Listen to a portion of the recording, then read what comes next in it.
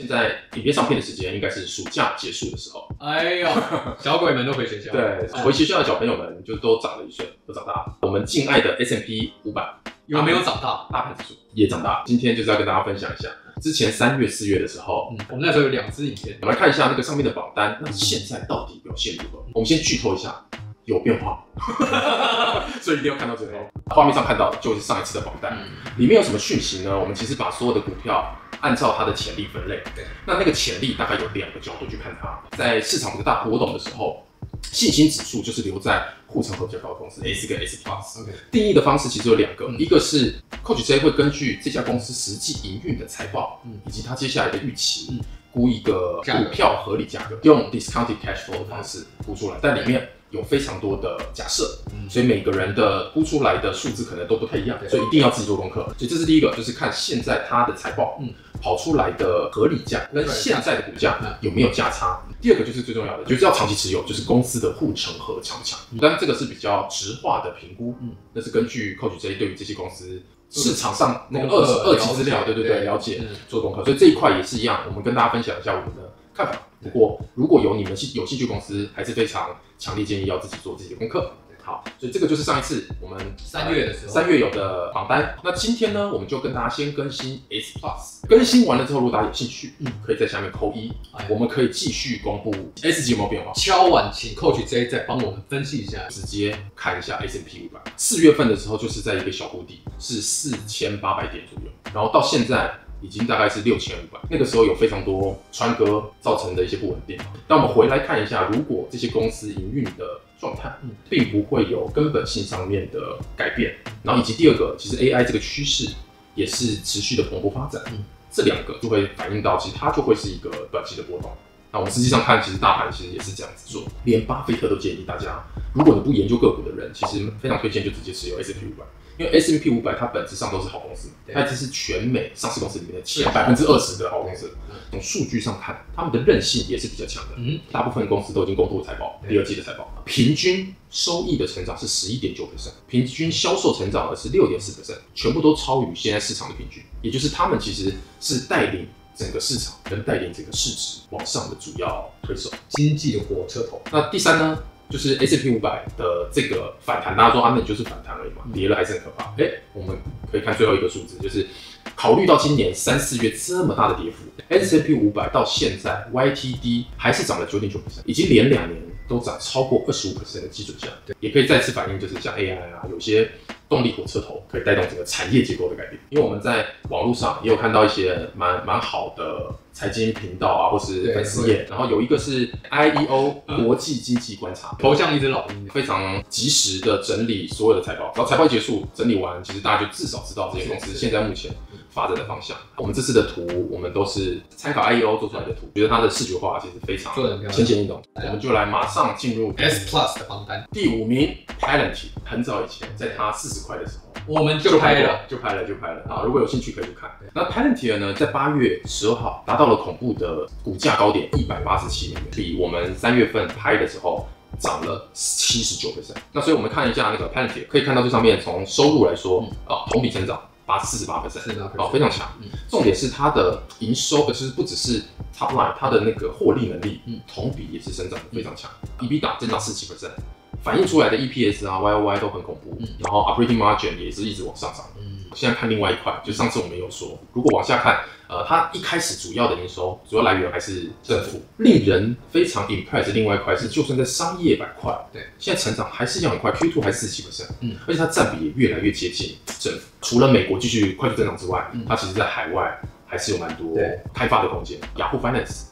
可以看一下，那这个东西对于就是这个是市场，这不只是我们大部分的分析师看下来 ，Palantir 大概成长率大概怎么样？这一季度它这边当然是写68，后面几块呢其实都维持一个非常高的增长，都还是30-50这样。这也是为什么从 CoachJ 角度，我们还是放在 S Plus。CoachJ 自己当然也有算一个它的合理价，好，那现在的目前价格是156，CoachJ 算完的合理价大概是135，所以在这个情况下呢，因为它的护城河太强，所以 CoachJ 是会继续持有，不过呢，它应该不会再继续增持，原因是因为现在合理价跟实际上股价反而是有点高估，不过不影响 Palantir 公司的竞争力。第4名，新进榜单，Google。对啊，上一次是在 S 级，其实也不错。不过那个时候有一些市场上的疑虑，这一块相对来讲明朗化，尤其是之前的新闻反垄断，有一个初步的裁定 ，Google 的股票在这个讯息出来之后就涨了7%。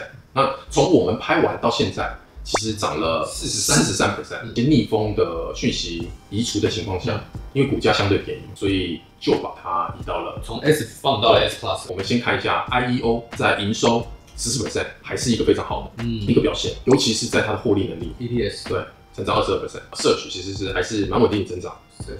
对，11.7。Google Cloud 就是在 AI 的这个趋势之下，成长也是31.6，PE 也才23，看起来是有 gain market share。整个 Google 的获利能力是稳定，因为这几个因素全部加起来，就把它放到 S Plus。平均分析师预测，下个 quarter 跟下下个 quarter 其实都还是有18、23，所以这个也是蛮正向的一个信号。因为它的价格有很多个预估 ，Investing.com 分析师也是有预估完了之后，股价合理价格甚至有可能可以看到，就是从250、300这个区间都是有可能的。那 Coach 自己也是觉得大概是300左右。对。第3名 Microsoft 上一次我们讲的时候是386，对，现在已经到了507，恐怖了。好，所以也一样，就是经过了一个暑假，我们就登短廊31%，非常的强悍。那我们如果看到 IEO 哥的财报的话，也可以看到上次公布的财报 Microsoft 也是都是在预期的高端或是超预期，operating margin 45%，厉害。所以一样反映到它的 EPS YOY 也是22，也是很恐怖。大家可以看右边，像Azure 涨的是最快的，39%，对，39%。Google Cloud 是31，对，它甚至比 Google Cloud 还要再快。那它是拿谁的市占率？好，那这个问题我们待会再跟大家聊聊。所以从这边看不到什么缺点。假设你想拥有一家运算公司的股票，现在目前看起来3巨头就是 Google、Microsoft 跟 Amazon， 应该 Microsoft 有可能会是你最好的选择。它还有一个小小的特点，它的特点就是它在这么大规模的情况下，它是少数没有什么政治关税、地缘政治影响的公司少数，其他很多公司多多少少会影响。它在每个地区它都还好，它算是蛮 neutral 的，所以这一块也是一个从投资角度风险考量比较低的公司。现在目前是507 ，Coach J 根据上面的财报跟接下来预测算出来的合理价大约是600。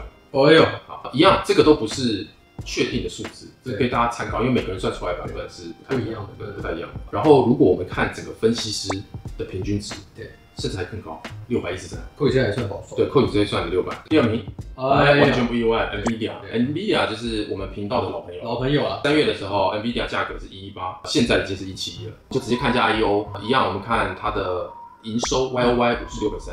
非常高，厉害。主要是 data center， 它的 gaming 上面也开始看到 turnaround， 因为之前 gaming 有点一半一半，整体生意有多角化经营，对它来讲一定还会更健康。那第2个，我们还是看获利，所以你可以看 EPS、YOY 还是很恐怖。